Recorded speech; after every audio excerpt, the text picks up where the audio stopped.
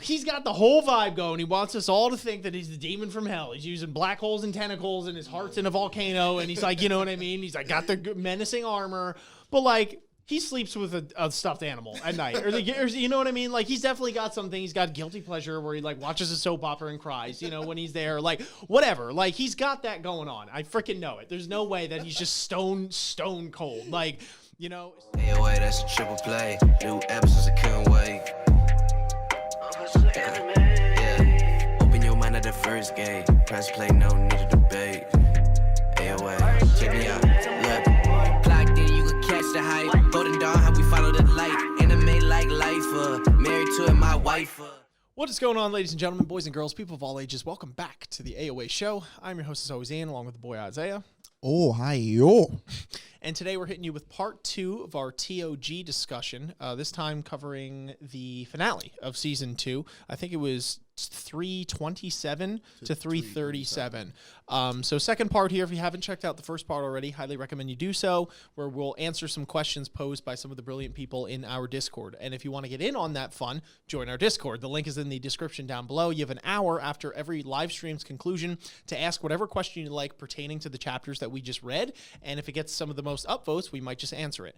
Also, hit up AOA Reacts if you haven't already and watch that live stream. Link is also in the description down below. Subscribe to that channel so you don't miss any future TOG live streams or just live reactions in general. But anyway, we have 5 questions posed to us today. These ones weren't necessarily the most upvoted, but some of the ones that were interesting or from people that maybe didn't have their voices heard in previous videos, etc. So don't shy away from asking a question, even if it doesn't get the most upvotes, because we might just include it in our second discussion like we are today. But moving into the first question here, we'll start off. It is by Andergriff. Andergriff asks, what do you think Mascheny means by "I told you"? You and I want the same thing. I just think a bit more blood needs to be spilled, referring to Jin Sung when she has him held captive. So this is interesting because she just seems like she is what would you call it, anarchist? Like someone who is just wants to see the world burn, like chaotic neutral. Chaotic neutral, yeah, something like that. Because that's really all I could think of. In the sense that if you want the same thing, but you're saying you need more blood to be spilled, I don't know if she necessarily means that in the sense like we want the same thing, but your plan isn't going to work because more blood has to be spilled, or the plan's going to work anyway. I just want more blood to be spilled, right? Because that's vastly different scenarios. Sure. And if it's the former, then I think it's that she knows something that other people don't. Being that she's a princess, she has high prestige, she is close to jihad, I guess, in some way, shape, or form in the 10 Great Families. She seemed pretty close with her father as well, judging by the Hidden Floor arc. She was like one of the main 3 kids or whatever that he kept by his side. So if that's the case, she knows something that's up. She's playing like 6D chess here with these crazy moves where she's backstabbing people and then blowing up Jihad's army, and then now she wants the Green April from Yuri. What the hell are you planning, girl? She's got to know something, and she believes that she doesn't need to really tell anyone because she's already got these strings going. If it's the latter, then she's just crazy. And like, take that as you will. Some people might like that. I don't know. We're going to see what's up. But if it's not necessarily that she has any more information or any more pertinent information than someone like Jin Sung Ha, and she wants something similar, but she just wants there to be like absolute carnage in the meantime, where she wants this like people to be wiped out. Maybe this is her chance to wipe out a bunch of influential leaders that have been oppressing people or her, or making it so she can't play by the rules that she wants to play by, or something like that. And she just wants to use this as an excuse, or just killing 2 birds with one stone, or like 4,000 birds with one stone, in her way of doing it. Then she's just a little crazy and maybe a little more selfish, but I wouldn't put it past her. But yeah, those are my 2 things. I think she's a little bit more info, but it's just a matter of like her own personal demons going on in her head, whether she just wants to see the world burn or if she thinks it needs to burn, like absolutely needs to burn, not just because I want to see it burn, but. So I, for the most part, agree. I mean, yeah, she definitely seems like she's against jihad. Like, again, I feel like I've brought this up before, but like, I feel like she's against jihad. Sort of in the Gustang thing, though, I don't think that means that she's like 100% like, where can I sign up for Team Bam? She wants to also overthrow jihad's empire, or at the very least, put a wrench in his plan, but wants to do it in the most violent way possible. because I think above her being a coon and above her having an incredible, let's just say, affinity towards or sense of like of using strategy and being smart, using her mind. She's also a little bit of like a blood crazed fighter at heart. You know what I mean? Like we learned this from her data version.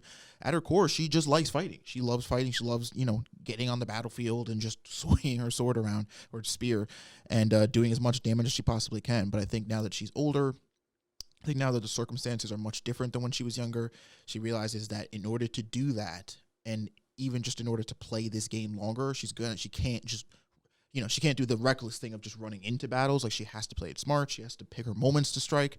But I do ultimately agree that I'm curious as to like her picking her moments to strike, like what her end goal is, if there is an end goal, right? It's like because I feel like there is. I feel like Mascheny just seems like somebody who's been way too methodical about everything that's going on to be like, I'm just out here like just killing people because I like killing. It's like I feel like there's something she wants or some version of this tower or some goal she wants to get to. I suppose she wants to just kill as many people or spill as much blood as she can to get there, which seems weird because it seems conflicting. Like, you know what I mean? I don't know if she prioritizes like the mission and getting her goal over doing that, or if it's like, because then it's like arguably, why wouldn't you side with somebody like, why wouldn't you side with somebody like Jin Sung who's probably going to do that, especially if they want the same thing.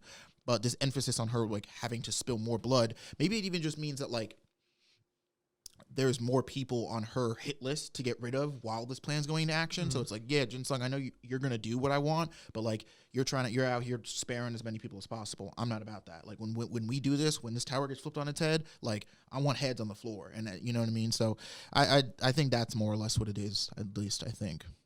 Mm-hmm. All right, so the next question is from Victor Salcedo. Thank you for the question. They say, what do you think of Yuri staying behind after the trouble that they've caused? What do you think of her confronting her father, Jihad, and his reaction? Remember, she knows of Bam's connection to Arlene. What do you think of young Yuri? So first one, I'm a little scared, obviously, kind of shitting myself, because I was unclear if she said she was going to confront Jihad, as in King Jihad, or she was going to confront the head of her family, the Ha family, which would be her grandmother. Because those are two different people. Yeah, so there was, when we read it read as her father. She said, I'm going to see my father, and then you think about it, well, okay, that's Jihad, right? Stepfather or not. And then there were some people in chat saying that there was a translation error there. But then the more I thought, well, but then we got questions like this where it's like, what do you think is going to happen when she confronts Jihad? Like multiple. And the more I thought about it, I was like, well, I think it makes more sense given the context of what she said that it'd be Jihad, because she says, I'm going to go to my father and see why he wanted to kill him in the first place. Where it seems like Yuri's grandmother, like, there's not really this explicit overall arching plan where it's like, hey, grandma, why'd you want to kill Bomb? Like, grandma Yuri might not even know about Bomb. So, like, it just didn't make sense to me that it'd be her grandmother. So I'm going with Jihad, personally. So I would too. And, like, fair enough. That's what this question says. It's weird to me because I'm like, just ask Bam. Like, Bam knows why Jihad wants to kill him. Arguably, most of the people on this team already have that answer. So I'm like, it seems such like a weird loop around to like go, or not loop around necessarily, but it's like weirdly direct and might be causing more problems than not to go to Jihad's front door and ask him. Because A, how do we know he's not going to just lie to Yuri? And B, like, what if she doesn't make it out of it? Like, you know what I mean? Maybe I'm just worried for Yuri, but I'm like, why are we going to Jihad's front door of all people? Yeah. And so that's why I was like, okay, if she's going to her grandmother, that makes sense, because she's probably one of the only people who could directly go up to her grandmother and ask her this question. I don't know how much of that is connected. I don't know if the grandmother of the head of the Ha family is siding with Jihad now, and like, because that's what I was that's what I was getting with the whole thing of Chian Hee. I thought Chian Hee was like, oh yeah, our family is siding with Jihad, which would mean that the grandmother is taking that stance. Okay. So that Yuri was like, oh, that's weird. Like, why would she do that? And that's what she's like, I'm going to find out what's going on, because that, maybe like, that doesn't sound like the grandmother I knew or whatever. But okay, fair enough. Regardless, I'll just take it as the question here, which says Jihad, which makes me all the more worried because I don't like Jihad at all, and I know he don't got a good temper whatsoever. And Yuri is now branded as a traitor. And Jihad doesn't look too kindly on those kinds of people. So I'm a little nervous as to like what this interaction will be, how she'll get out of it. and what she's gonna learn from it. Because the question also specifically brings up the fact that Yuri is aware of Bam's connection to Arlene, so maybe Yuri might confront Jihad with the knowledge, with that knowledge now, and be like, oh, is the whole thing about Arlene true? Which again, it strikes me so weird that like we have all this backstory with us, like the main group. It seems so weird that she would go to Jihad to get this, unless she's confident she can get more information than what we have from Jihad. But again, if she's already been branded a traitor, like that's a dangerous game to play. You know what I mean? Like you might not. You know what I mean? I don't know. I think it's more, just to interject here for a second. It's trying to get Jihad's side of the story, because I don't think like specifically like, why do you want to kill Bomb, and like I need you to repeat to me what I've already been told. Like I think it's more of like, I want to hear it from you. Okay. I need to hear it from the guy who's been perpetrated as the villain this whole time. Everybody else is calling you it. What do you believe? Like why do you want to do this? I need to hear it from you and like see if this makes sense to me at all, which it won't. I mean, you know what I mean? If he says, but like there could be something where he's like, what are you talking about? Like there's going to be some grand scheme thing. Yuri's going to want Bomb to live anyway, but she needs to hear it from her father himself, his side. So that's my interpretation of it. Yeah, that makes sense. It's funny because it's like I said, I'm so worried for my girl, dude. I need her to get out of this scot-free or relatively scot-free, or at the very least unharmed. But then it's like also I'm not kind of worried about her because it's Yuri, and like I just feel like she, obviously doesn't need to be stated that she can handle herself. But like, and this is part of the reason like why I love this character is that like, she really does kind of like move by the beat of her own drum in a sense, where it's like, oh, what's going on? I'm gonna find out for myself. And it's like she really does just move and do things that she wants to do when she wants to do them. Which I love about her. But yeah. So that being said, that's where I'm at. I'm worried. I'm scared. And then what do I think about young Yuri? Literally the cutest fucking thing I've ever seen in existence. Like, I mean, defines kawaii to a T. I can only hope that if I ever have a daughter, that she looks like young Yuri. Or I'll just put a picture of young Yuri in her face. Just like a print cut out, and you just slap it on her face. Dad, why'd you name me Yuri? Oh my God. Yeah, I mean, I echo a lot of the points here. She's caused some trouble, but if anyone's going to confront Jihad about it, it's her, and that's what makes her so likable in that sense. But Jihad doesn't like people not following the rules, as we've seen, especially the ridiculously arbitrary rules that he's put in place. So there's that.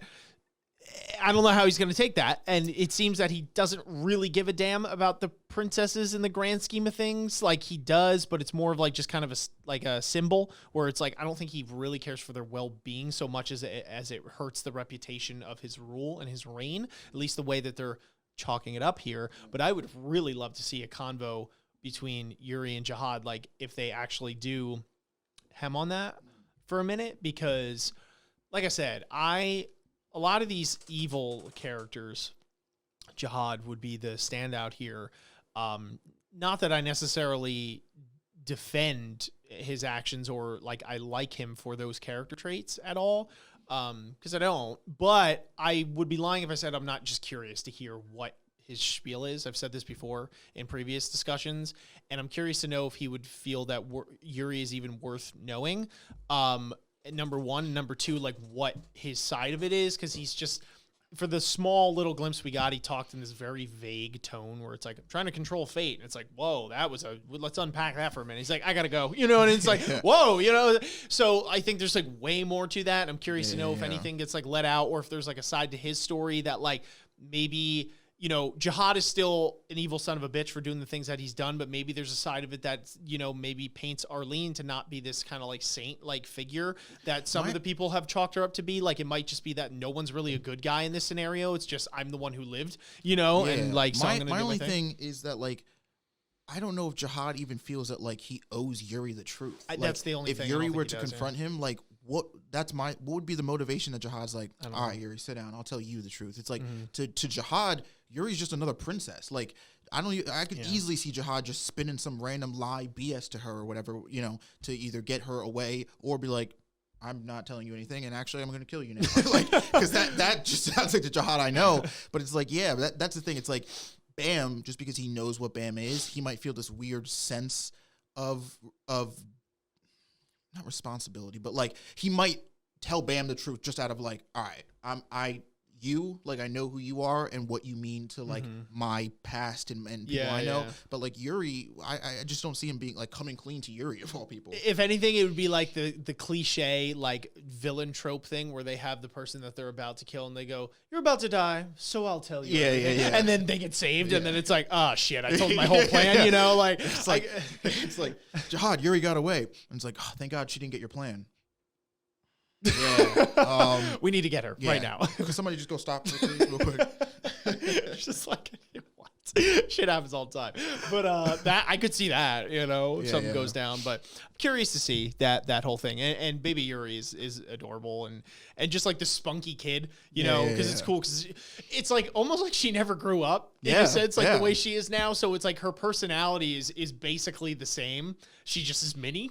So it's like it makes it more like, oh, that's cute. You know what I mean? Like, I don't know. Yeah, so anyway, question 3 comes to us from Lev Dureka, if I pronounce that correctly. Thank you for the question. I think that's a new name here. So thank you. Asks, with Evan no longer being Yuri's guide for the moment, how do you think the dynamic of Bomb's team will change having 2 guides? Will this cause conflicts or create better opportunities for growth? That's a good question. That's a really good question. I don't know because I could be dead wrong here, but I could have swore that there's points where like Evan even looks at Haoryun like, how did you know that type things? Like, I feel like there's like even more info that Haoryun might have, but I could just be pulling that out of my ass. So don't read too far into that. Beyond that, the dynamic between them is funny because they're both guides, but they seem to go about things very differently and they have different motivations.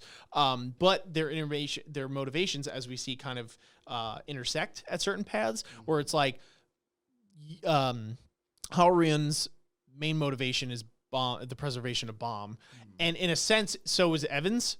In a way, but it's like Evan just kind of has more of like the group oriented thing involved, but like he kind of is carrying out Yuri's will, which is like watch after Bomb for me. So if push comes to shove, like I think that's who he's prioritizing. But I don't know. I find it interesting. Like if they see different things, like if the way they see them is different, if they come to a same conclusion, but they actually disagree on the way to get there or whatever, like if there's like an alternate route, and that would be interesting because then we'll really see like Haoryun if there were certain like, other ways of navigating around it, which I believe there were. She just chooses not to because she's like, that's not pragmatic in this situation. Like, why would I go down that route? And just kind of some of the dialogue that they're going to have amongst each other, kind of like hashing it out because they on some weird level, like are the only ones kind of in sync on that. So they're the only ones that could have a conversation. It's like you go into a room and it's like, damn, I really love pink giraffes, but like, who else is going to love pink giraffes? Who can I talk about this with? You know what I mean? Like I have this YouTube channel I watch about pink giraffes and like blah, blah, blah. And then like some person comes out and it's like, I love pink giraffes. It's like, oh my God, finally. You know what I mean? Now we can talk about this forever. It's What's like, your favorite thing? That they're pink. Yeah. Oh my God, me too. Oh my God, now they're a giraffe. Like that's so crazy, right? But like, or like anime, you know what I mean? Like, you go into a room and it's like, or whatever. And it's like, you don't think anyone's going to like, that's your vibe. And all of a sudden like you hear out of the corner of your ear, you're like, yeah, then Deku did this thing. It's like, who's that? You know what I mean? And then now you're like, it's perfect. I have this person. You like anime? Exactly. I've had so many conversations like that where it's like people that I did not expect. I could go on, but the point is that like these are the only 2 people that really understand each other fully when it comes to this sort of thing. So I think it'll be interesting to get some of the dialogue, and will it create rifts or opportunities to grow? I think it's depending on how they, like I said before, how they aim it. If it's like, okay, they agree that this has to be the way to do it, or maybe Evan offers a different perspective, Haoryun the same, vice versa, and like they could get to that conclusion, but have 2 heads are better than one, have another way of navigating it that preserves people and all that kind of stuff. But okay, chat or comments, whoever you are, feel free to obviously correct me if I'm wrong, but I do believe that there is a distinction between their abilities in the sense that Haoryun's foresight is more long-term and Evan's is more short-term. So I could have sworn there's something. Haoryun's is long-term but more vague, and Evan's is more short-term but more precise. So Evan knows how, like, if it's like we got to get here. Evan's like, oh, okay, cool. We just go here and we'll get there. And it's like, but it's like, all right, what's going to happen when we get there? I don't know. We got to get there first, where like, how are you? And it's like, oh, okay. In, the next few hours or whatever, like, we should go here because these guys are going to try and come here. And then they're going to try and come after, like, they're going to end up like attacking somebody else that we know. And it's like, okay, who though? Who's going there? And it's like, well, like, you know what I mean? Like, and not that, like, it's a little bit more specific than that, but the general gist is that their abilities differ in the sense of long and short term and the specificity of it, I believe. I could have swore there was some difference. Yeah. And he's made comments. Yeah. And because I remember that way back at the end of the Dollar Show when Evan and Howard Yoon and Evan have like a little moment to talk. And there's a little bit of animosity between them just off the fact because they refer to each other as red witches and silver dwarfs, which is like what they are. But it seems that like because they refer to each other as that instead of like their names or anything else, it seems that there's like amongst guides, because I guess there's, like I said, different kinds. There's like animosity, but you know what I mean? Like red witches probably only really ride or die with other red witches, and like So to answer this question, I do think there's going to be conflict at first because I think they're the way they go about. So those things I said, the specificities of their foresights, I think is going to cause conflict because Evan's going to be like, might give a direction or whatever, and Howard was like, well, no, we need to get to this end goal, and Evan's like, okay, but like you're not give it, like, you know what I mean? I think just naturally that's going to create conflict, and off the fact that, like you're saying, Howard Yoon is like, we need to get to this end goal, and I need Bam to be with me when we get here. I literally don't care if anybody else is here or not. I think Evan obviously is also prioritizing Bam, but I do think Yuri's, instructions were to look after Bam and his friends. So I do think Evan's going to be much less likely to go along with a plan that discards somebody, which, again, I think is going to create more conflicts. I think basically what's going to happen is Howard Yoon is going to get sick of Evan being here because for up until now, she's been the only guy running this party. And now that they're like, because when you had people like Kun going at her or against her, it was like, okay, Kun's yelling at me, but like Kun is just, he may be incredibly intelligent, but he's just another one of these regular people. Like, Evan's another guy. So he could actually maybe, like, clap back at Howard and be like, no, I see what you're trying to do here, and that shit's not, no. So, like, I think she's going to be like, all right, fuck this, like, two-guy thing. Like, I'm the guy. But I do ultimately actually think that while we're going to start with conflicts, that it will ultimately present opportunities for both of them to grow, because I think, funny enough, they're both going to not hit it off well, but if they can find a way to work together, it's actually like one of the most OP teams to have, is because like I said, if there is a gap or a con in each of their foresight abilities, they compensate for each other perfectly. So if they work together, like, we're good, we're golden, like, we'll be fine. But they got Hockney to figure out if something's going to happen in 5 seconds. Yeah, you know what I mean? So we got 5 seconds. We got short term and long term. We're good. We just need to not like kill each other before we get that synergy together. So yeah, I do ultimately think that there's going to be some, it's going to be some hills and valleys. But I think ultimately, although I don't know how long it'll take. I guess that's the other thing, because like Yuri comes back and it's like, the fuck happened? Where's everybody? It's like, we had a little disagreement. But yeah, that's my thing. All right. So the fourth question comes to us from Sad Sparkles. Thank you for the question. They say, what do you think about our tsundere Karaka helping Wangnan out? And what are the possibilities of Wangnan's development after everything he's been through? You know the story already. Just like Bam, Wangnan is always saying how he's too weak and wants to get stronger to save people he cares about. Q in this panel of the Totally Harmless Sword. In the Discord, he put a picture up of the panel with when the sword is talking to Wangnan after he's talking about how he wants to become stronger. Where could this path lead him to? Now the Karaka may play, presumably, a bigger role in our group. So this, in a different way, this question was touched on in our first discussion. I'm interested to see this, like, other role Karaka is going to be playing, now as a part of our group somewhat, but as a larger presence, because he was kind of just like the villain who showed up every once in a while before. But now it seems like he's going to be, at least with like he's going to be running with us. So I'm curious to see like what that entails between the way he seems to be siding with Wangnan, and looking and watching Bam. Like, he seems to be taking on this almost like weird, like, I don't want to say mentor, but like this weird, like,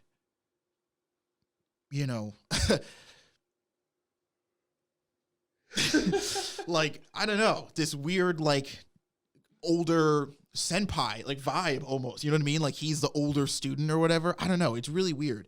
And I'm actually very curious and excited to see that develop between specifically him and Wangnan, because like I always say, they come from the same baby milk. They're both Jihad's kids.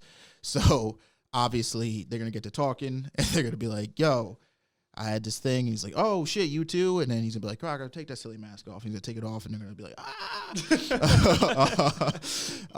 and you know, sing Kumbaya, all the good shit.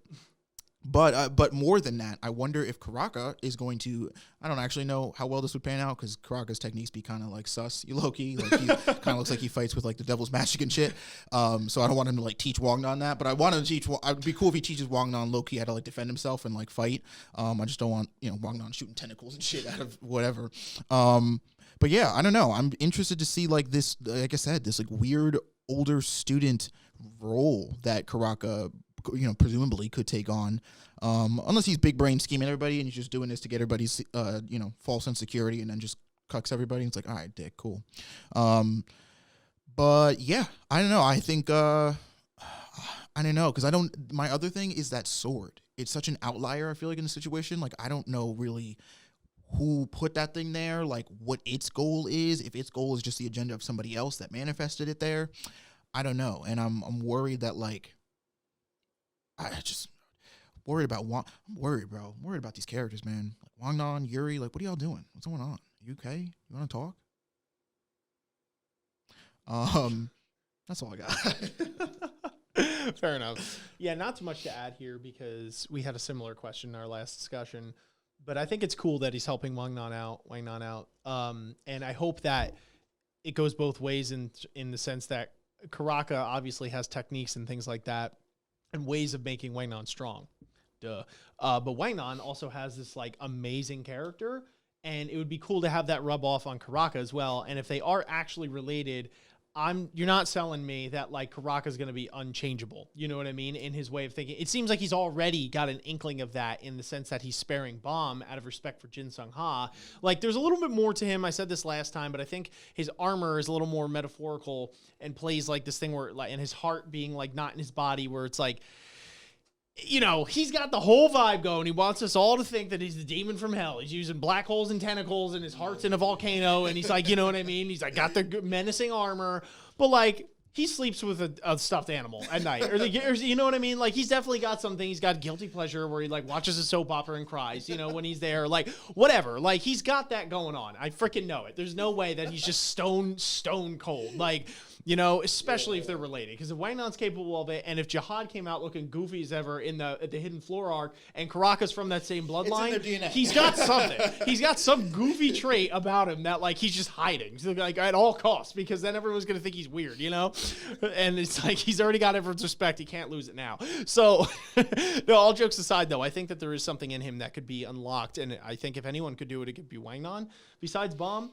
So I think that'll be interesting. Wangnan, like that, just to point to instances where Wangnan he did it for Bomb, right? When he met Bomb at the beginning of season 2, Bomb was sort of down in his depths, and I would argue on the opposite end of his character spectrum. Yeah. And Wangnan was the one who sort of pulled him back into focus and was like, yo, start like caring about people more. Yeah, do that. He's like, all right, whatever. Yeah, so that would be cool. And it would also be cool for Karaka to teach Wangnan on some of the darker parts of his side.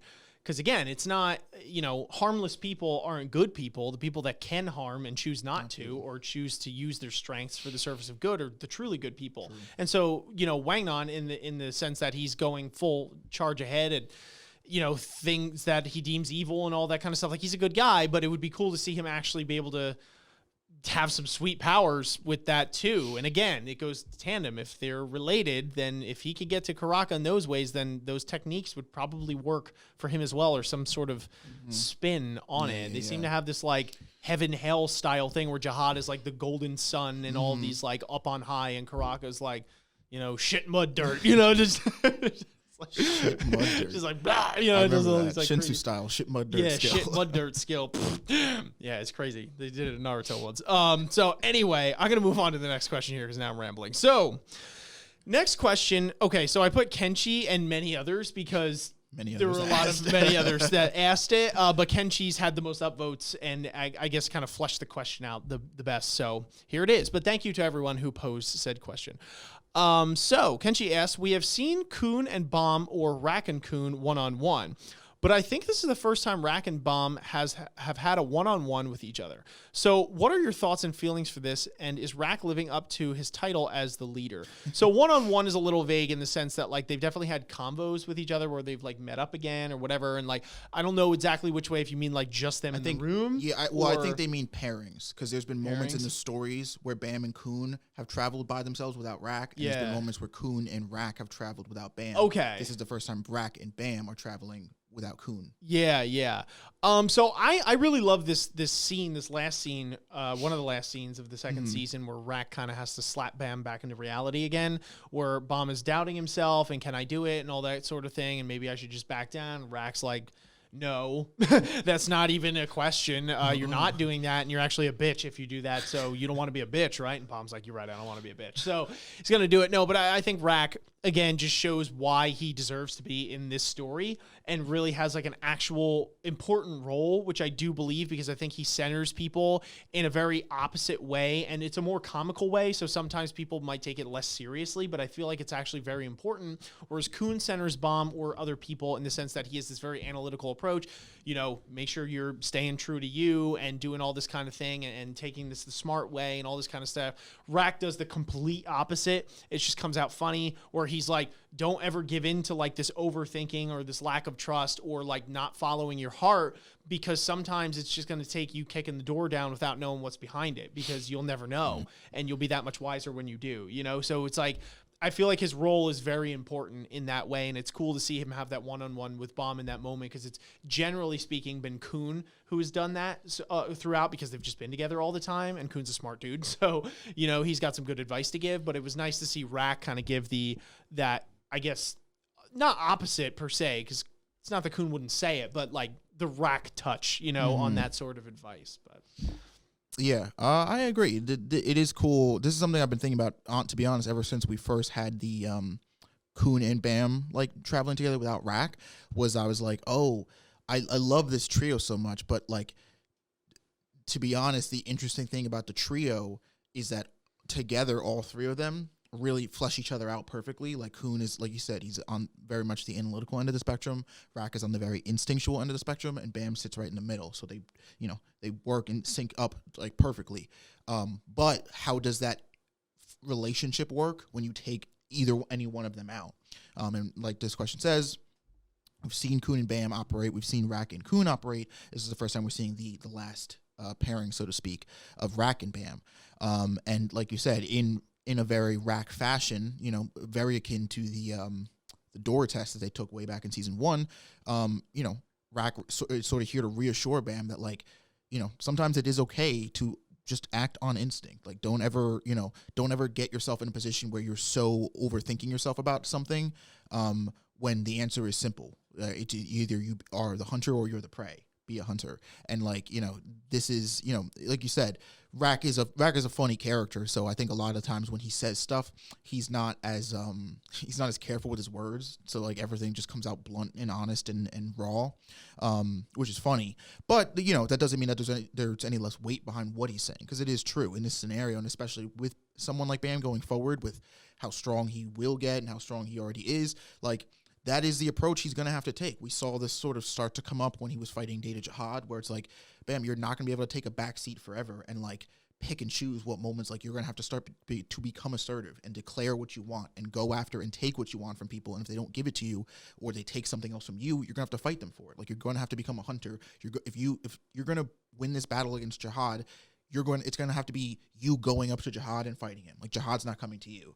And so I think, you know, more or less what Rack was saying is that, and it just the way he echoes it, like I said, because of Rack's personality, it's just so, you know, he's put together, you know, so well, because that is Rack. Rack acts and does things on instinct. He doesn't think about things. He doesn't, you know, find the most, you know, logical, you know, he's just like, I want to go through this door. So that was it. That was the only thought process behind me kicking this door. And yeah, it's really cool. And yeah, he's proven why he's the Turtles' leader. 100%. Anyway, folks, that is all the questions that we have for you guys today. Hopefully you guys enjoyed it. If you did, make sure you're dropping a like on this video, subscribing to the channel, and hitting that bell if you are new here so you don't miss any future content. Commenting your thoughts down below as well. What did you think of the questions posed, our answers to them? Was there anything within these chapters that stuck out to you and had a profound impact? Let us know in the comments down below, and also subscribe to the AOA show, or rather AOA Reacts. You're on the AOA show. AOA Reacts, where you can catch our live reaction and read through of these chapters and every subsequent one to follow. Don't want to miss it there. There's also a bunch of links down there for you guys to support the channel in every which way, shape, and form, whether it be Discord. Yeah, use them, seriously. Whether it be Discord to pose your question here, and you might just have it read out on our discussions here, just joining the community, etc. Big shout out to our patrons as well, especially our Acolytes of Anime, Stoic and Nathan. Couldn't do it without you guys. Love you all from the bottom of our hearts. And we have our comment of the day today. This one comes from Anaketh Kathadaraman. I think I pronounced that correctly. The comments answer here was the key to the 135th floor. That was the question. What two components make up the key? 13-month series in the Rings of Jihad, so you got that correct. And Anaketh says, I don't really know what to comment. I'm really looking forward to your season 2 finale stream on Sunday. So obviously this comment is a little dated, but we did this time skip thing where we went through. Point is, they commented and watched till the end of the video, and we really do appreciate that. So thank you for commenting, Anaketh, and for showing your support. And hopefully you did enjoy our live stream that we went through, because it was a lot of fun. So anyway, folks, that's all we have for you today. Thank you so much for watching. Thank you so much for listening. But until next time, we will catch you all on the flip. Peace. Wait, we're not done yet. We have a question for the day, and the question is what, Isaiah? The question is, what is the supposed thing that Rak is hinted to be or belong to? That we learn about on the hidden floor. Fantastic question, Isaiah. So y'all can answer that and disregard the fact that I forgot to ask it before. And if you answer correctly and then put your comment there, we might just read it on our next episode. So many plugs, so many things to say at the end of this. Anyway, folks, now we are heading out. We'll catch you all on the flip. Peace. Peace. Ninjas and samurais, blazing the kunais. Find me in the leaf of the cloud, screaming out Bankai. We just some ghouls though, who like seeing parts fly. They like what you saying. Goma got more through the storylines. I tested your neck from the start. My hunters gon' come for your heart. I promise you'll land in my boulevard. Left them in one piece. No.